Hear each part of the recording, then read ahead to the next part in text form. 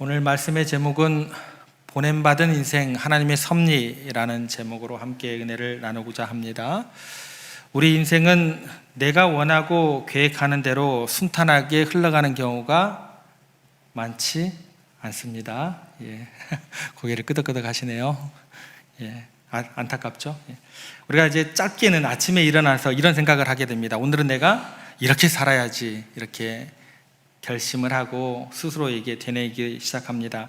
그렇게 계획을 세우지만 예상치 못한 전화 한 통, 또 내게 주어지는 갑작스러운 어떤 건강의 문제, 또 직장에서의 그런 변화, 이런 것들이 우리가 계획했던 것을 그냥 그대로 두지 않죠.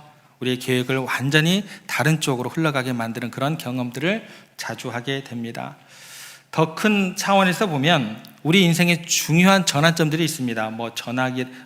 진학이라든지 또 취업, 또 결혼, 또 이사, 이런 것들을 생각해 볼 때 대부분 우리가 이것들을 완전히 통제할 수 있는 그런 상황으로 우리가 가기가 쉽지 않아요. 이것들을 완전하게 통제할 수 있다고 하면 얼마나 행복하겠습니까? 그럴 수 없는 상황으로 우리가 몰려지는 경우가 많다라는 것입니다. 특별히 우리 가운데 가장 아픈 기억으로 남는 게 IMF죠. IMF 경제 위기 때 하루아침에 직장을 잃은 어떤 그런 분들의 이야기, 또 이런 것뿐만 아니라 어느 날 갑자기 찾아온 질병으로 인생의 모든 세웠던 그 계획들을 바꿀 수밖에 없었다라고 했던 그런 분들, 또 가족의 일로 인해서 자신의 꿈을 접고 그 가족을 뒷바라지해야 했던 그런 분들의 이야기, 우리 주변에서 쉽게 흔히 우리가 들려지게 되는 이야기가 됩니다.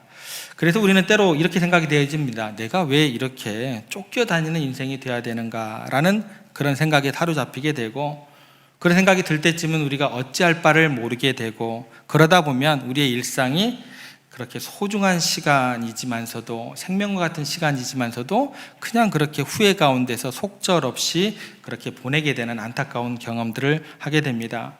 그러면서 생각하게 되죠. 왜 내 인생은 이렇게 흘러가는 것일까? 다른 사람들은 다 잘 사는 것 같은데 나만 왜 이렇게 힘들지? 하나님께서 나를 정말 사랑하신다면 왜 내게 이런 일들이 일어나게 될까? 이런 질문들이 따라오게 되어 있습니다. 그러면 여러분들의 마음은 더욱더 무겁게만 느껴지게 될 것입니다. 오늘 본문에 나오는 요셉이라는 사람이 있어요.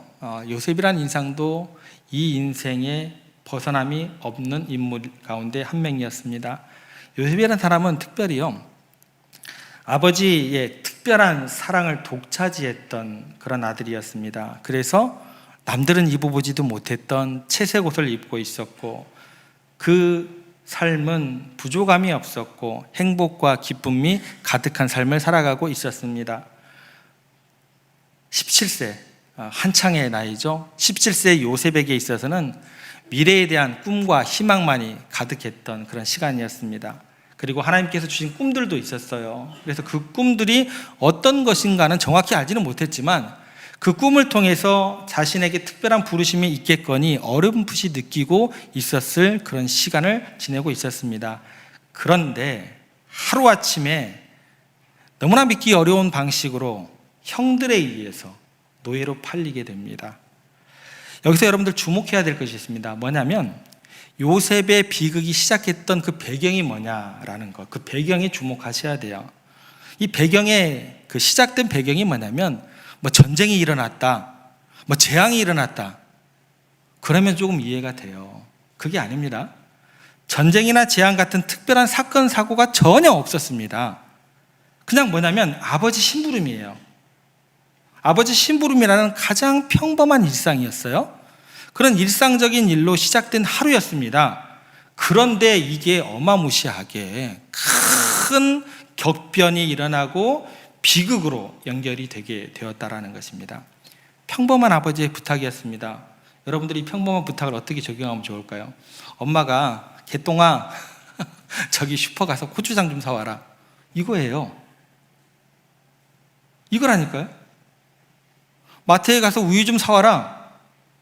여러분들이 자녀들에게 그 부탁을 했다라는 거예요. 그런 부탁하는 가장 일상적인 일이었습니다. 그런데 이 단순한 심부름이요, 요셉의 인생을 완전히 뒤바꿔 버렸습니다. 세겜에서 도단으로 가게 되고, 도단에서 이스라엘 상인에게 팔려지게 되고, 이집트의 노예 상인에게 끌려가게 되고, 노예 시장에 서게 되고, 보디발 장군의 집에 팔려가게 되고. 그 시작은 뭐예요? 얘야, 개똥아, 고추장 좀 사와라, 이거라니까요. 우리가 이런 상황에서 어떤 생각을 하게 되냐면, 하나님, 이거 뭐예요? 왜 이런 일이 일어나야 됩니까? 요셉은 어떻게 생각했을까요? 노예로 팔려가게 될 때 똑같은 질문을 했을 것입니다. 찰스 스테니 목사님이 계십니다. 이분이 이런 얘기를 했습니다. 하나님은 우리의 상처를 통해 다른 사람을 치유하시고, 우리의 실패를 통해 다른 사람을 성공으로 이끄시며, 우리의 고통을 통해 다른 사람에게 위로를 주신다. 여러분, 우리가 눈에 보이는 손실에만 집착하게 되면 그 뒤에 숨겨진 하나님의 선하신 계획을 우리가 깨닫지 못하게 됩니다. 우리는 우리가 겪는 고통스러운 현실에만 매몰되어서 하나님께서 그 고통을 통해 이루고자 하시는 놀라운 계획을 잊고 있지는 않는지 우리가 날마다 질문하고 돌아보아야 할 것입니다. 그래서 그 질문 앞에서, 그 역경 앞에서 우리가 두 가지 선택을 할 수 있게 되는 거예요. 두 가지 선택은 뭐냐면, 그 첫 번째는, 그 하나는 뭐냐면, 하나님께서 우리의 역경을 통해 친히 영광을 받으시고 우리를 통해 일하실 것이라는 굳건한 믿음을 여러분은 선택하실 수 있습니다. 그게 첫 번째 선택 가운데 하나예요. 여러분, 이 선택에 대해서 여러분들 그냥 맹목적으로 나는 그냥 신앙이 있으니까 맨날 좋아, 기뻐, 웃음만이 가득해, 이게 아니에요. 그렇게 착각하시면 안 돼요. 굳건한 믿음을 선택한다라는 거예요. 맹목적인 낙관주의로 접근하시면 여러분들 신앙생활 못 하십니다. 이건 무슨 얘기냐면 현실의 고통을 인정하라는 거예요. 나는 믿음이 있으니까 아버지 어머니가 돌아가셔도 나는 안 아파, 눈물 한 방울도 안 흘릴 거야. 제가 말씀드릴까요? 거짓말입니다. 그런 거짓말을 왜 하세요? 현실의 고통을 인정하시라니까요. 인정하시면서도 그 고통을 통해 역사하시는 하나님의 선하신 뜻이 무엇인지 발견하고 믿음 가운데 신뢰하는 것, 이 선택이 여러분들 가운데 주어져야 된다는 거예요. 두 번째, 다른 하나의 선택은 뭐냐면, 우리가 입은 손실과 상처에만 집착하면서 모든 시간을 그냥 낭비해버리시면 돼요. 그리고 결국 아무것도 얻지 못하는 실패자의 삶을 살아가는 선택을 하실 수도 있어요. 이게 두 번째 선택 가운데 하나입니다.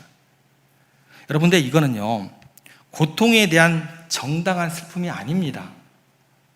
고통에 사로잡혀서 이거는 어떤 것이 되냐면, 고통에 사로잡힐 뿐만 아니라 그 가운데 있는 하나님의 선하신 계획을 여러분 스스로가 뭐예요? 내팽개치는 거예요. 그렇게 하시는 거예요. 포기하는 것이 되는 거예요. 이 두 가지 선택 가운데 하나를 선택할 수 있다는 거예요, 여러분들은. 여러분, 그러면 어떤 선택을 하시겠어요? 예.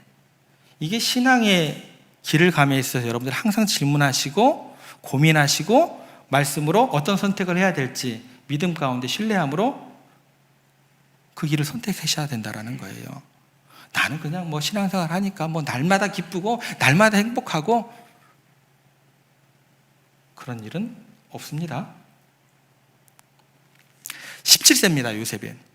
17세 요셉에게 있어서 형들에게 노예로 팔려가는 것, 충격적이었을까요? 아니었을까요? 충격적입니다. 이해할 수 없는 일이에요. 아, 기쁘다. 퍽이나 그랬겠습니다.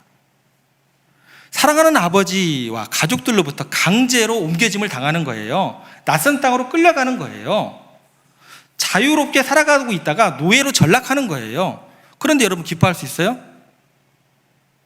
그리고 무엇보다도 하나님이 주신 꿈들이 있었어요. 내가 꾸고 싶은 꿈도 아니었어요. 하나님께서 주셨잖아요. 그잖아요. 그 꿈들이 물거품 되는 듯한 그런 상황이 요셉에게는 절망 그 자체였을 거다라는 겁니다. 그런데 요셉은 어떤 선택을 했을까요? 이 상황에서 원망과 절망을 선택하지 않았던 것 같아요. 요셉은 자신에게 일어난 그 비극적 상황을 하나님께서 나를 보내셨다, 하나님의 보내심으로 그렇게 받아들이고 있었던 것 같습니다.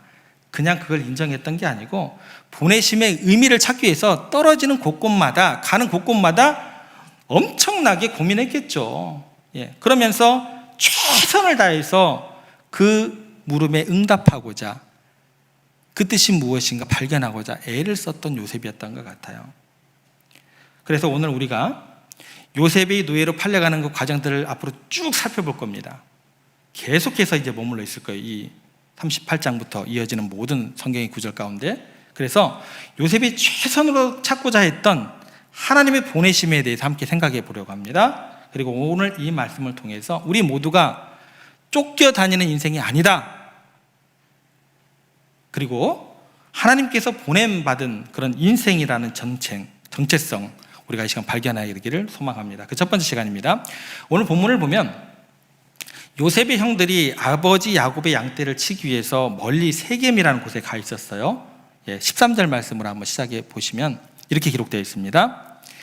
이스라엘이, 여기서 이스라엘은 야곱을 이야기해요. 야곱에서 이름이 이제 이스라엘로 바뀌었어요. 하나님과 싸워 겨뤄서 이긴 자, 이름이 하나님에 대해서 바뀌어지게 되는 어떤 그런 이름이 나왔기 때문에 이스라엘이라고 나옵니다. 야곱이라고 생각하시면 됩니다. 야곱이 요셉에게 이르되 내 형들이 세겜에서 양을 치지 아니하느냐, 너를 그들에게로 보내리라. 요셉이 아버지에게 대답하되 내가 그리하겠나이다. 평범하죠. 아버지 야곱이 아들 요셉에게 심부름을 보내는 장면으로 시작을 하고 있습니다. 야, 요셉아, 형들이 지금 세겜에서 양을 치고 있는데 내가 누구를 보내야겠는데 누가 갈까? 네가 갔으면 좋겠는데. 그 얘기를 듣고 요셉이 어떻게 돼요? 싫어요, 안 가요, 이랬을까요? 예, 또 뭐 해야 돼요? 그렇지 않습니다. 되게 아버지의 어떤 그 말씀에 효성을 다해서 이야기를 하죠. 제가 가겠습니다, 이렇게 이야기를 하게 됩니다. 순종하는 아들의 모습, 되게 아름다운 모습이죠. 그리고 이어지는 이야기가 14절 말씀입니다. 이렇게 기록되어 있습니다. 이스라엘이 그에게 이르되 가서 내 형들과 양떼가 다 잘 있는지를 보고 돌아와 내게 말하라 하고 그를 헤브론 골짜기에서 보내니 그가 세겜으로 가니라. 야, 가서 내가 구체적으로 할 것도 알려줄게. 그러면 네가 간다고 했으니까 이렇게 해 라고 이야기를 하는 장면이죠. 가서 그래서 형들이 잘 있는가 보고, 형들이 어먼 짓 안 하는가 좀 잘 살펴보고 와. 양떼를 잘 돌보고 있는가 보고 와서 나에게 좀 알려달라. 그러니까 어쩌면 평범한 지금 일상이에요. 당연해 보이는 아버지의 부탁입니다. 그리고 이 야곱의 부탁에 대해서 요셉은 기꺼이 예라고 응답하고 헤브론 골짜기에서 출발해서 세겜으로 떠나게 됩니다. 그런데 이렇게 심부름 보내는 것이 결과적으로 큰 비극의 씨앗이 되어버립니다. 그런데 여기에서 이 비극을 잘 좀 생각해 보면 이 비극의 이면에 도저히 이해할 수 없는 야곱의 행동이 들어가 있어요.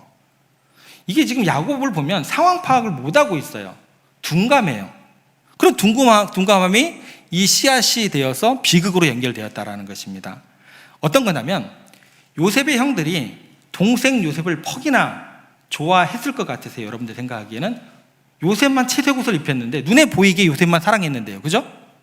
그러니까 요셉의 형들이 요셉을 얼마나 증오하고 미워하고 있었다는 것을 야곱이 몰랐다? 이거는 우리의 상식적으로 이해가 되지 않는 이야기예요. 왜 그러냐면 요셉의 아버지가 야곱입니다. 야곱은요, 어렸을 때부터 에서라는 형하고 사이가 좋았을까요? 안 좋았을까요? 맨날 싸웠어요. 맨날 싸웠어요. 극심한 갈등 강국에 있었던 두 명의 형제입니다. 한어머니 배에서 태어났어요. 쌍둥이에요. 그럼에도 불구하고 형 에서가 자기를 죽이려고 할 정도로 형제 간의 갈등이라는 것 때문에 얼마나 파괴적으로 작동할 수 있는지 야곱은 온몸으로 또 모은 어떤 평생의 그 시간들을 통해서 뼈저리게 경험했던 사람이 누구예요? 야곱이었어요. 더구나 그 이유가 뭐였어요? 아버지 이삭과 어머니 리브가의 편향된 사랑 때문이었어요. 결국 그래서 쌍둥이인데도 서로가 죽이려고 하는 미움을 받아서 고향을 떠날 수밖에 없었고 멀리 도망가야 할 정도로 야곱은 아픈 형제 간의 갈등을 직접 경험을 했던 사람입니다. 그러면 자기가 사랑하는 아들 요셉을 대할 때 어떻게 대해줘야 돼요? 난 모르게, 야, 형들 보니까 너 이거 용돈 가져. 이렇게 해야죠. 그렇죠? 근데 그 사랑에 대해서, 그 행동에 대해서 티가 나게 해버렸어요. 그러면 자기가 그토록 사랑했던 그 아들 요셉, 다른 10명의 형제들에게 지독하게 사랑받았겠네요. 그죠? 아니잖아요. 얼마나 미움을 받았겠어요. 왜 이것을 짐작을 못하냐는 거예요. 더구나 요셉의 형제들은 어떤 배경이에요? 할아버지도 아니잖아요. 다른 어머니에게서 태어난 배다른 형제들 아니에요. 그러면 아니 다른 사람은 모른다 하다 해도 야곱은 자기가 경험을 했잖아요.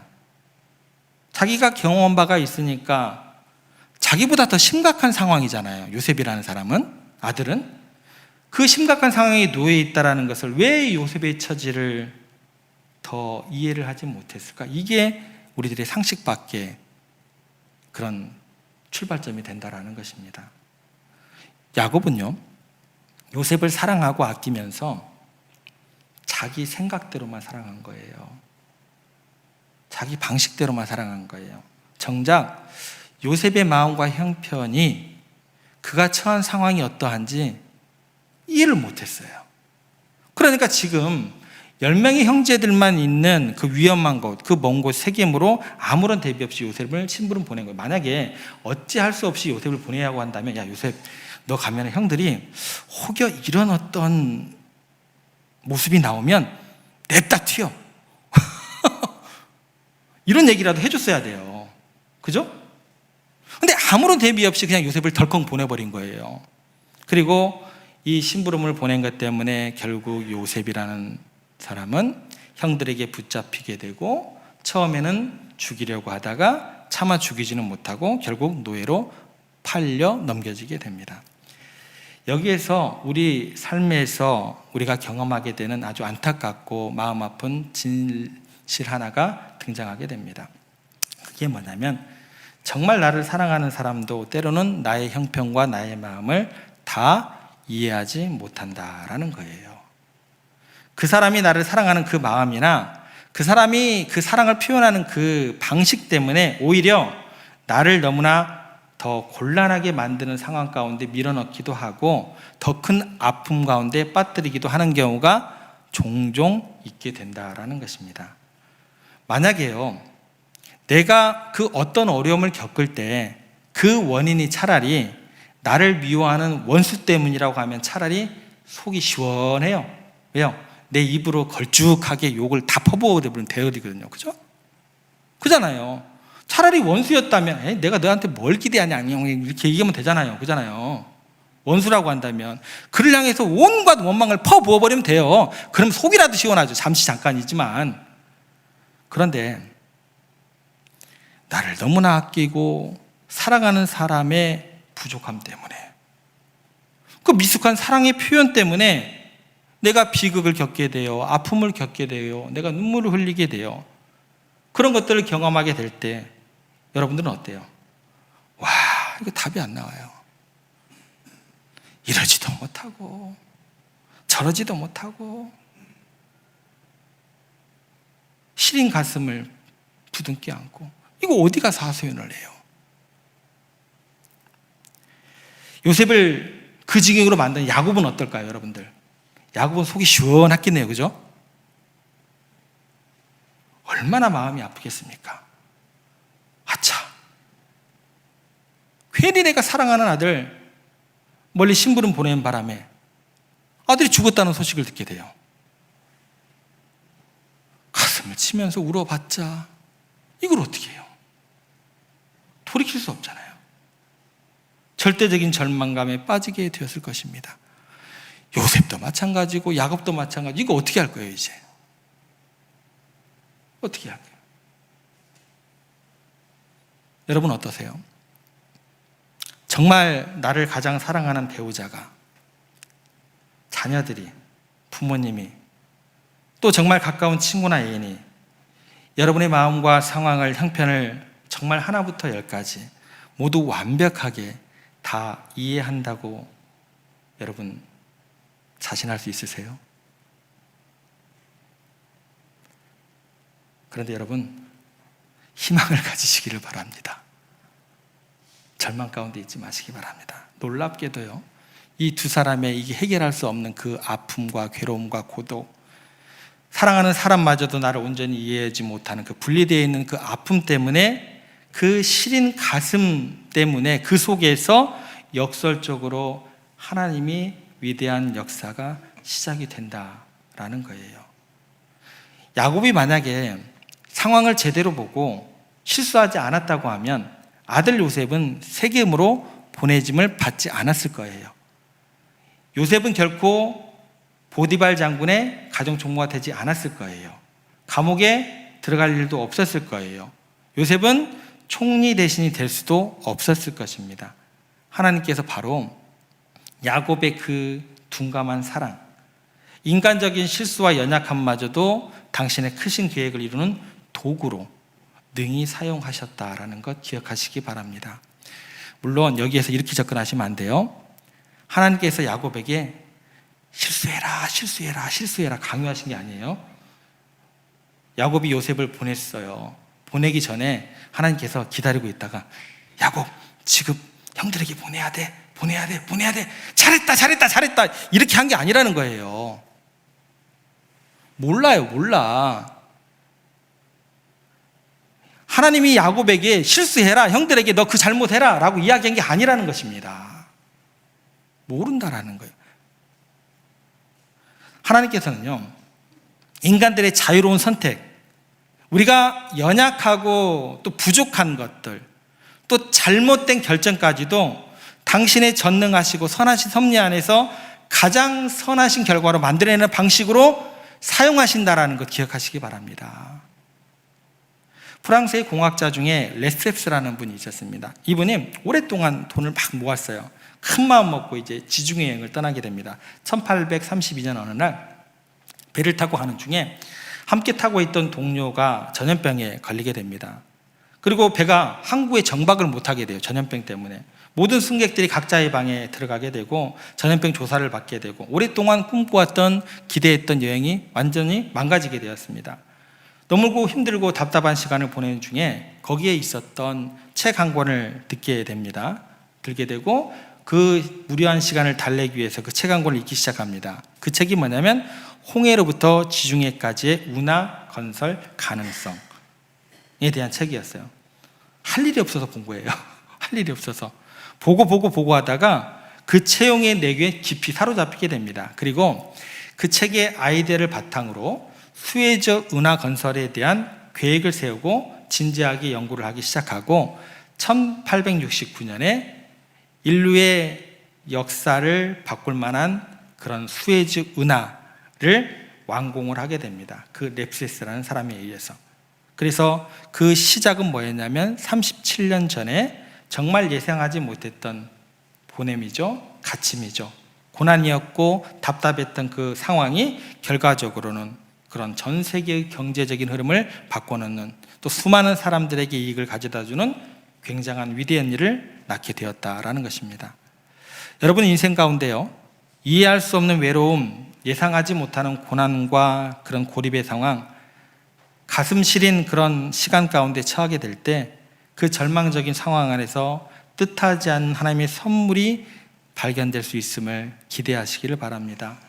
야곱은요, 인간적인 부족함으로 요셉의 입장을 충분히 배려하지 못하고 그냥 그렇게 심부름을 보냈어요.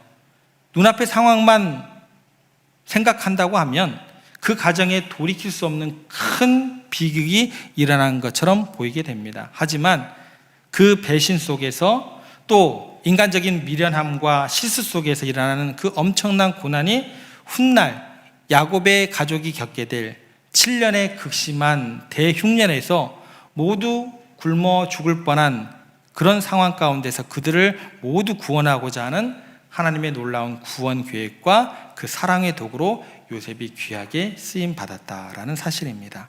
그래서 우리는 하나님이 살아계시고 섭리하는 분이심을 믿기 때문에 미숙한 사랑 때문에 우리가 상처받지 않을 수 있는 거예요. 미숙한 사랑 때문에 절망의 자리에 주저앉아 있을 수 없게 되는 것입니다. 우리는 온전하지 못한 사랑도 온전한 사랑으로 바꾸시는 하나님을 믿는 것입니다. 그래서 요셉은 나중에 아버지의 부족함이라고 탓하지 않고 하나님이 하시는 일을 나타내고자 하나님께서 역사하셨습니다 라고 믿음으로 고백을 하게 됩니다.